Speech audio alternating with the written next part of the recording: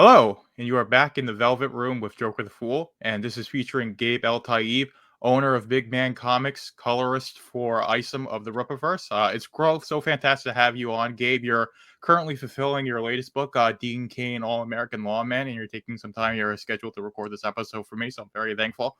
So how are you doing? Thank you for having me. Yeah, I'm doing great. I just woke up a little bit ago. My wife and I we been hitting it hard. She helps me. She does all the like the Excel spreadsheets and all that to figure out the fulfillment and all that. She's a full-time accountant too. She has a full-time job, and since she has such great accounting and Microsoft Excel skills, she breaks down all the data for me to help me pack and ship and get everything out fast. So we're tired. Just woke up like 20 minutes ago. She brought me in a coffee in here, and I'm ready to do this interview. I'm excited for it. So. But we're having a good time. I kind of took a half day off yesterday, went down to Mexico and had some tacos. I live in San Diego, so I can go into Mexico in 20 minutes, and I can come back across the border really fast too. I have a Sentry pass. I don't know if you know what that is. It's a pass the U.S. government can give you. You fill out, you have to apply for it, and you can just walk right back across the border basically quickly. There's a special line, so I can just pop down there for lunch. Met a friend who was a supporter of Dean Cain, All-American Lawman, and he actually helped me.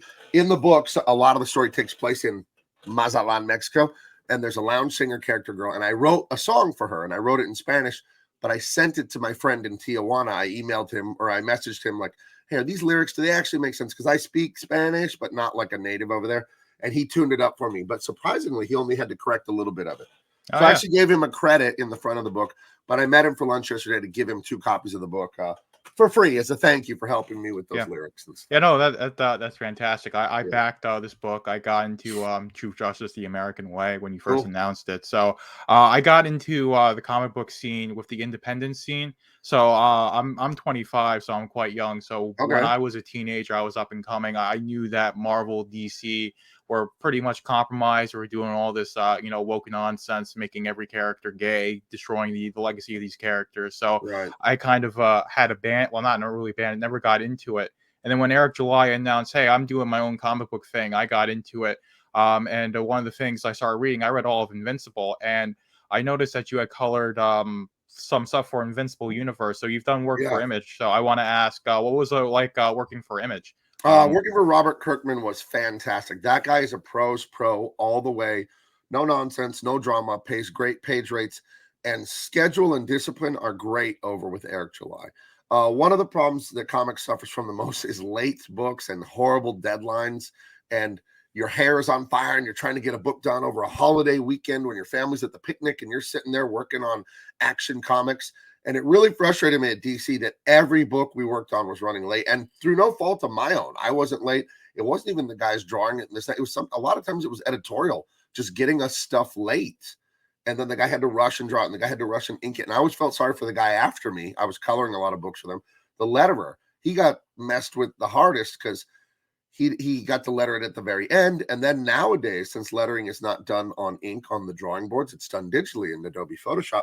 They would have them re-letter. The writer or the editor go, I don't like this dialogue here. Why don't we go in and change it? And the letter's like, hey, I already moved on from this and I'm lettering another book. And, so the horrible schedule that is acceptable at most of the comic book industry is terrible. There's no reason to be doing this stuff rushed at the last minute. It does make the product suffer.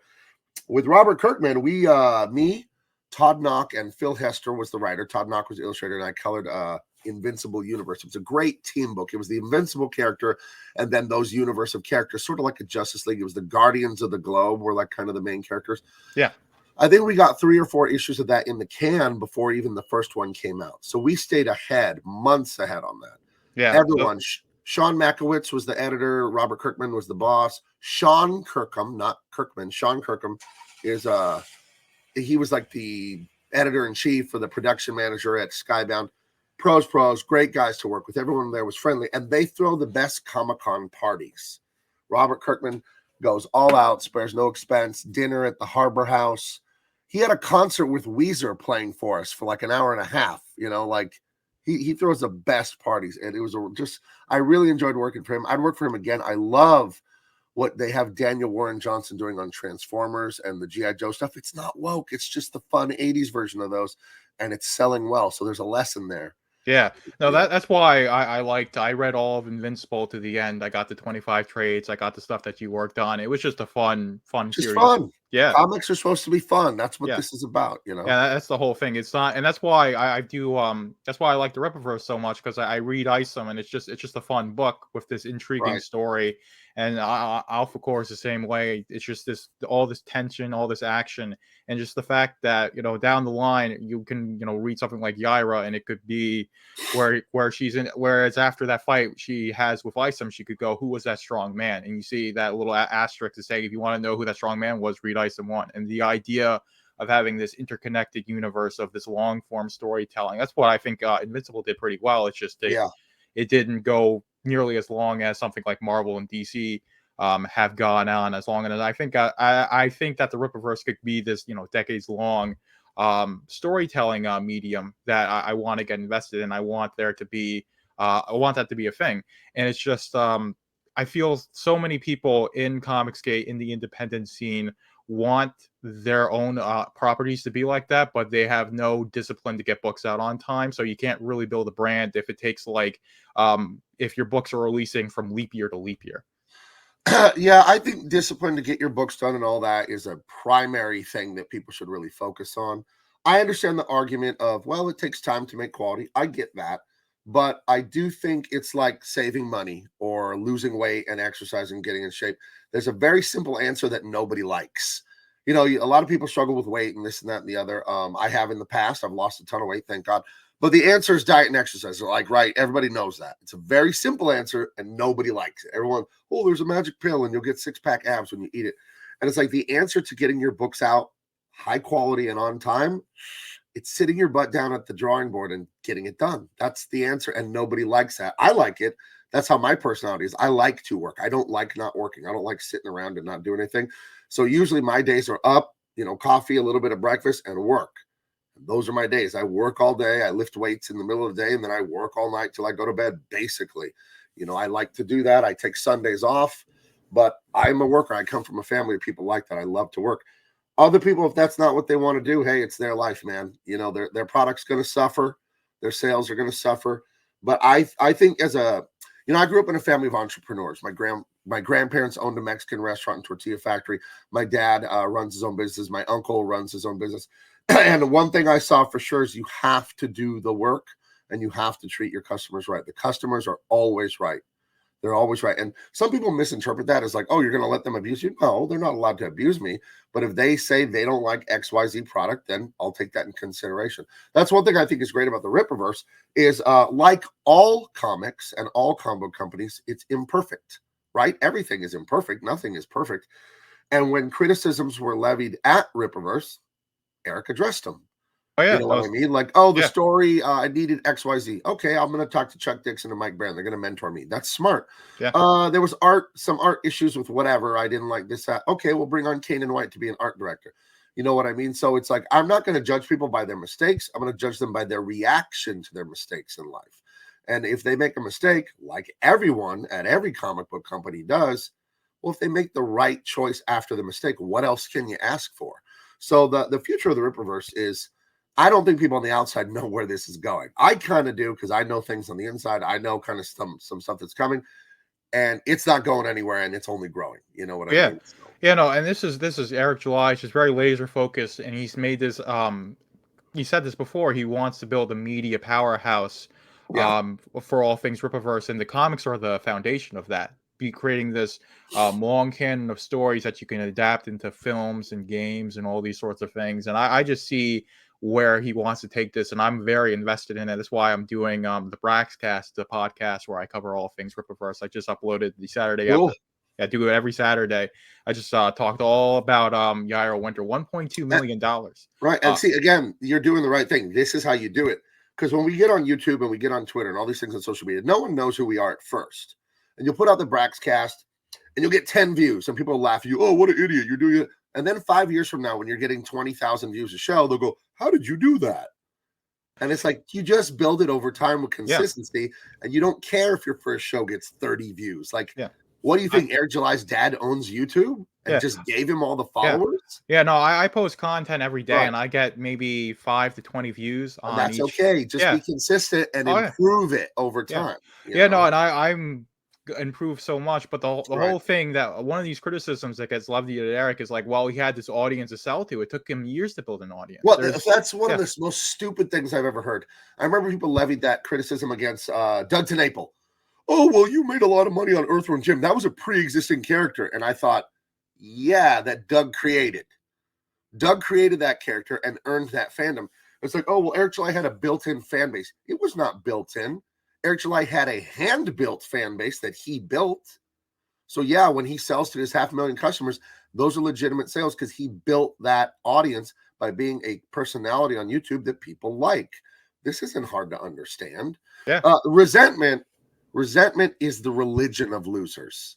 It really is. The envy and resentment you see against Eric July, it's laughable to me. I just ignore it. I don't fight with these people. And frankly, as old as I am, I'm not that old, but I'm 45. I've been married for 28 years. I have a 1-year-old granddaughter. So I have a lot of experience in life. I really do.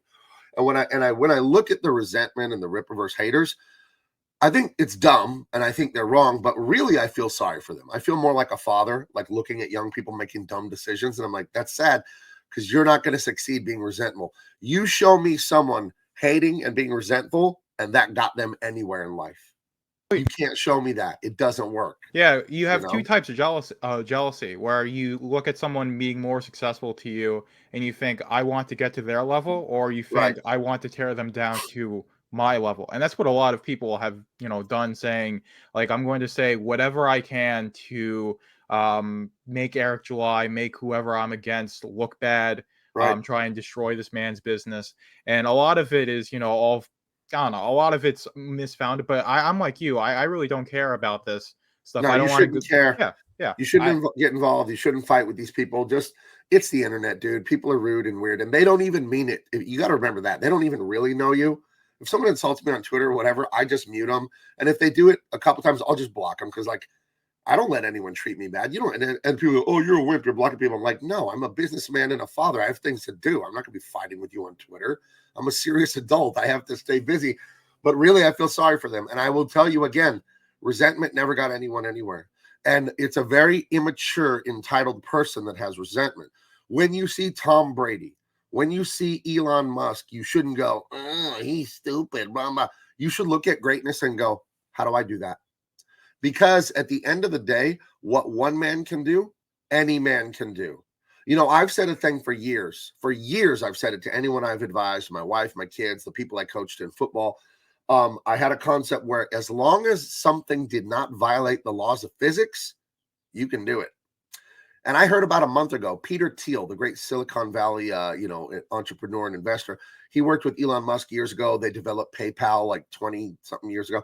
And he said one thing he loved about Elon Musk is that Elon believed as long as something didn't violate the laws of physics, it was possible. And I'm like, see, I told you guys I was right. And there's a reason Elon revolutionized the electric car market. He's sending rockets into space. He's got his Starlink stuff. He's got the Boring Company. There's a reason he's like Thomas Edison. There's a reason he's like Leonardo da Vinci. And I'm not saying I'm on those guys' level yet, but I have the same mindset that if any man can do anything, so can I. So can you. So can anyone. Everything we do is just a mathematical process. If I do A, B, C, and D, then E and F and G will happen. And it will happen for you if you do A, B, C, and D. It'll happen for anyone if you follow the steps. Yeah. Now, some people have more money, a little bit more talent. They have a different situation, so it's easier for them. But at the end of the day, if you just do what someone else did, you'll get the same result. And that's why you don't have to have resentment. Look at excellent people and say, how are they living? What is their consistent day-to-day pattern? I'm going to copy that, and you'll get your version of that success. It will not be identical, but you'll get your version of maxing out your potential. So that's what I believe in as far as that's fantastic. And one of the things is that I'm a writer. I've written a novel, Machine to Man. Next book's a nonfiction book, and I've sold about 27-ish copies of my book. And it's like I look at Brandon Sanderson, who sold millions of dollars worth of books, and I was like, I want to get there one day. And it's like it's not going to be the first book I write that sells as much. I just have to write more. That's the thing. That's one thing I know about anyone who does any skill is that they dedicate their life to a Right. certain craft. So It's did that Brandon Sanderson fall out of a tree at 20 years old and sell $20 million worth of books? The first book? Yeah, no, of course. Of You have course to not. write. You have to write Of every course day. not. You have to publish all these books. You have to get all these Yeah. rejection letters, and then Look, someone. Yeah. look at achievement like a roadmap. You're in Chicago and you want to get to San Francisco. Okay, you look at the map, you look at where you have to go. You have to go around this way. There's construction here, so go around that. There's a gas station here. There's a snowstorm in these mountains, so drive around this way instead. But there's a way. It's not like there's not a way to get there. There's a way. So you say Brandon Sanderson's in San Francisco. He started in Chicago like me. Can I get there too? Like, what a dumb question. Of course you can. Now it's going to be your journey, and your journeys, the weather's going to be different when you drive to San Francisco, but you can still get there. I don't the resentment that you see, the haters and the detractors, it's very ugly. It's a very ugly thing to do. And it's also very embarrassing and not becoming of a man. This is the behavior of a boy. When people do this, is not the behavior of a man. You know, men, again, they see greatness, they see excellence, and like, I can do that too. If I work hard and suffer and bleed and all that, I can do that. There was a day when Eric July had 4 YouTube followers, right? There was a day when his videos got 28 views. He built it. It's not that complicated to understand. People just don't want to accept that. They'll make every excuse in the book, and then they'll spend all day on their phone, all day playing video games and looking at pornos and drinking Mountain Dew and not doing crap to better themselves. And then they wonder why they have the crap, low achieving life, because they think they're entitled to a good life.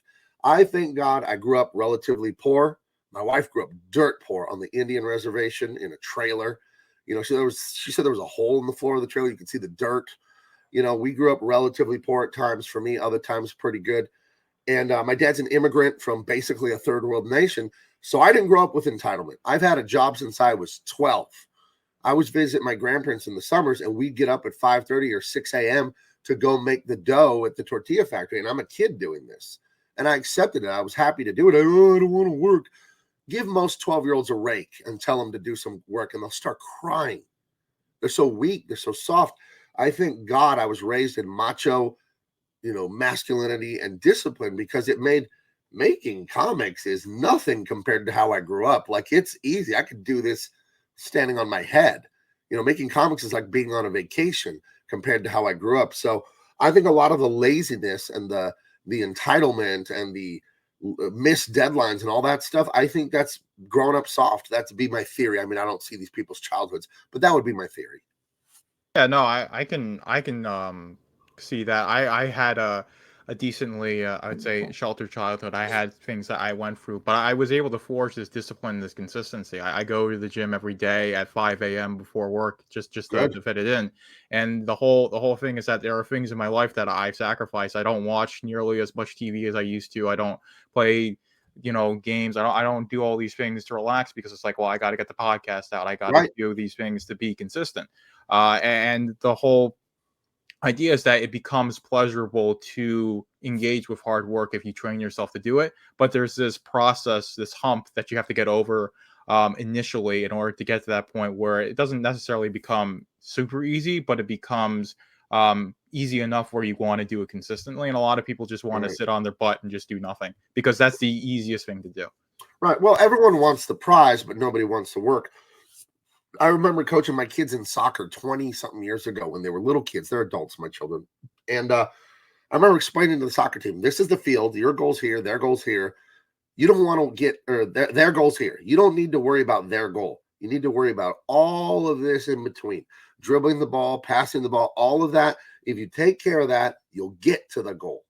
And for life, that's the metaphor of every day, what am I supposed to do? I don't worry about, oh, my comic book is going to sell $10 million worth.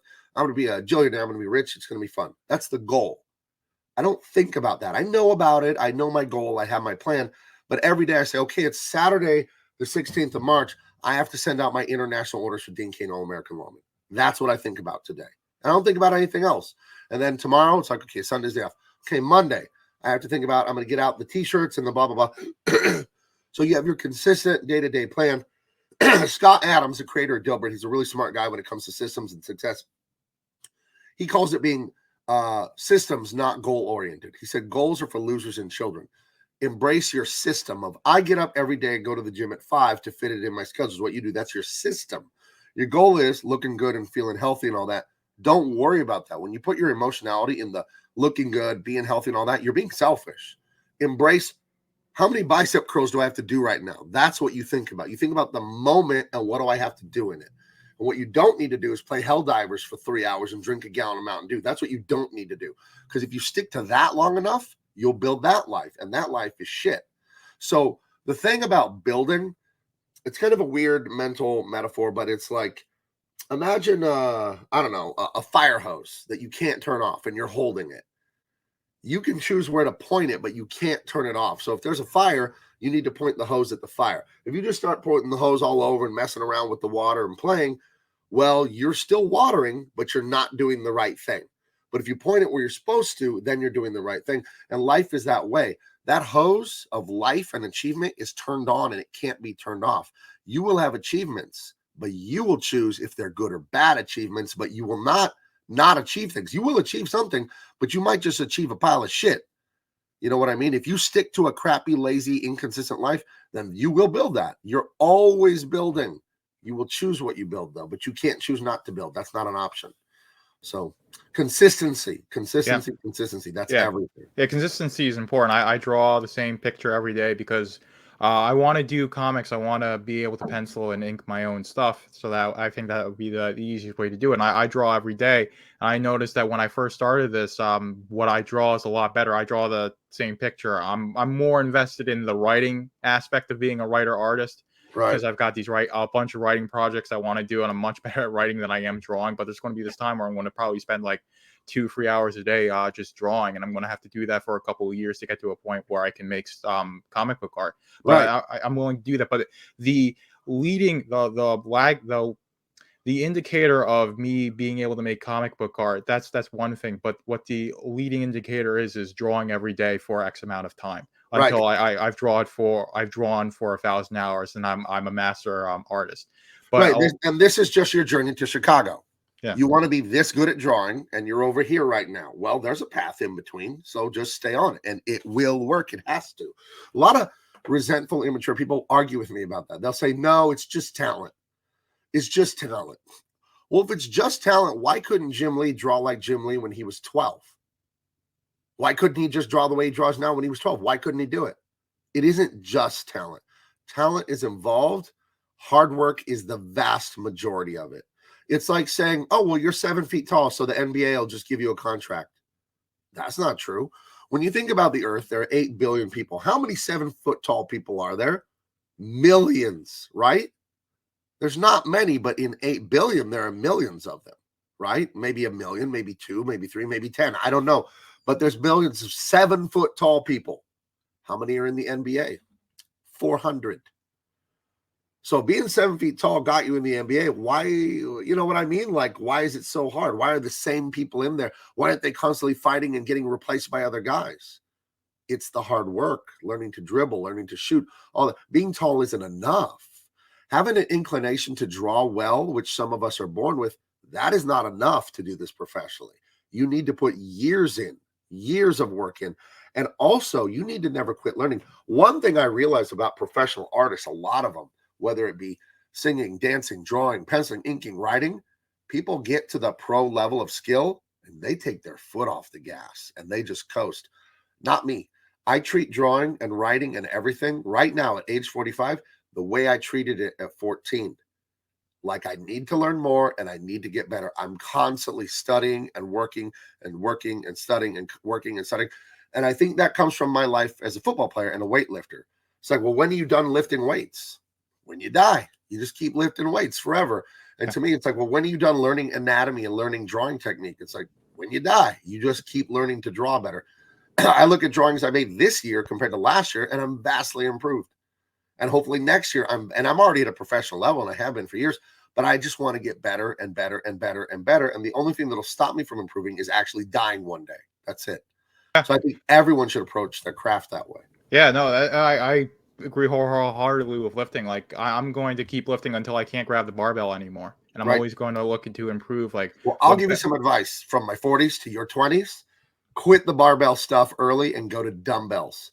Yeah. Because if you keep bench pressing, you will blow your shoulders out. Yeah, no, I do mostly a lot of dumbbell stuff Right. for my chest, but I do like Right. overhand barbell press, Right. like But Romanian deadlift squat.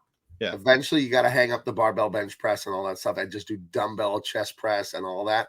It's not that thing with the bench press. It's so bad for your shoulder eventually, dude. You really don't want to do it. No, I don't do the bench for my chest. I do dumbbells. So I do Okay, flat. I switched to dumbbells 2 years ago because I got tired of my shoulder hurting in the front Yeah. sometimes when I would do No, it. it's a lot easier to train to failure with dumbbells Right. because it's a lot safer. You can just drop them. It's Right. like twice failure. And you will have to lower the weight, not because you get weaker. You'll be just as strong, but I lowered the weight and then I do more reps. That's what I do now. I go to failure and stuff like that. So instead of bench pressing, 265, I'll do a lighter weight and just do more reps until it burns out and I get tired. Because that tension on the tendons, you don't want 265, 280. You don't want that on your shoulders anymore once you're older, man. So just giving you advice from the future, not to hurt yourself.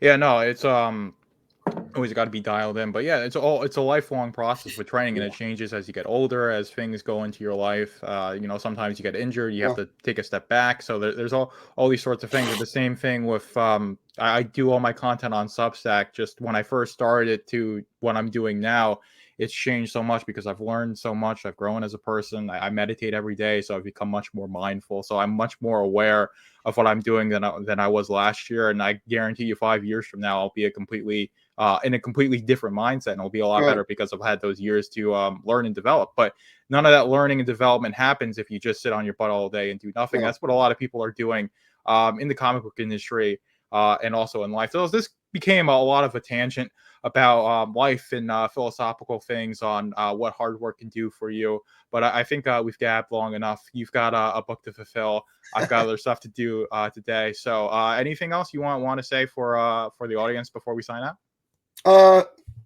Yeah, real quick. I mean, since we were talking about it, let me show you something. Share screen. Do you know how to share a screen here in the StreamYard? I don't know how much you've used it. At the bottom, you see where you see me little, then you see another thing there. You can hit that. Present. There's some symbols. There's a symbol that has little boxes of people and then a big box of the screen. If you click on one of those, you could share my screen. I can't share it. You have to do it since you're the host. You'll figure it out. There's a row of boxes on click different ones. It's okay. Click different ones and you'll see which one will bring up this stuff here. Yeah. But I just want to show it in case people wondered what the book was I was talking about. It's more towards the center right of those little options. It has a big. Yeah, I think I see it. You might be able to share your screen now. Yeah, my screen is shared. Oh. You have to bring it up on the main screen though. I'm not allowed to do it because I'm. I see. There you go. Yeah, there's that one. Yeah, so this is my book here, Dean Cain, All-American Lawman, and it is like Lethal Weapon, Indiana Jones, Romancing the Stone, all those great 80s, 90s action movies. That's the cover I drew there. I wrote this, colored it, and lettered it. My friend Akeon illustrated the book. He's a master illustrator. And we got this thing out on time. We promised people we'd start shipping it out before the end of winter, and it is still before the end of winter, and I've shipped out tons of these. It's really satisfying to see people contact me on Twitter and Instagram already, showing me the book is at their house. So if you love that feeling of a smiling hero and beautiful women and helicopters, police cars, exploding buildings, you're going to love this. This is just pure fun. We're not bashing over the head with any sort of political agenda. There's no cursing. There's no sex. There's no gore. It's about the level of violence as your Star Wars or Indiana Jones. Bad guys get shot, they die, but we don't put their pancreas on the wall when they die. You know what I mean? Like they roll over dead, so kids can read this, but adults will read it and be thrilled too and not bored at all because like how is Indiana Jones boring for adults? No, it's like basically made for adults, but kids can watch it. That's mine. It's made for adults, but kids can read it and it's safe for kids to read. And that was very important to me. Here's the lounge singer. My friend down in Mexico helped me write the lyrics for this page. And I wrote them, and then he made sure they made sense in actual Mexican Spanish, because I think some of the Spanish I may have had Spain Spanish. But yeah, this is it's a thrilling book, crime, mystery, beautiful lounge singer that he teams up with here to go after the bad guys. Can he trust her, though, or is she that typical femme fatale? We'll find out. And collaborating with my buddy, Dean Cain, Superman himself. He helped create this character. I wrote the plot and the script and all that. And Akeon masterfully illustrated it. I colored and lettered it, and it's just a joy. We got your Rambo gear up section here where he's going off to the final battle. You know how Rambo does that in his movies? Yeah, We that's one I need to watch. Rambo. There's so many movies I haven't watched. So Oh my! You need to read the book First Blood that the Rambo's based off of. The book is fantastic, but yeah, the movie's fabulous too. But yeah, all that 80s and 90s action back when these things, they weren't left wing, girl boss, political agenda. It was just fun. It's just fun with a good message of masculinity and bravery. So yeah, that's what that stuff is there. So okay. you can get that at bigmancomics.com. You can get Yeah, that right yeah. now. Link will be in description below. Thank you for your time. This was a Yeah, great man. conversation, and I enjoyed it. I hope you enjoyed it, and I hope the audience enjoys it as well. Okay, stick to what you're doing. Do it every day, and I expect to see great things from you, man. Yeah. Thank you. Thanks for having me. Thank you for being in the Velvet Room with Joker the Fool. Be sure to like, comment, and subscribe whether you're listening on YouTube, Rumble, Odyssey, or Substack. And be sure to subscribe to my Substack, velvetroompublishing.substack.com, to keep up with Machine to Man and all my other projects.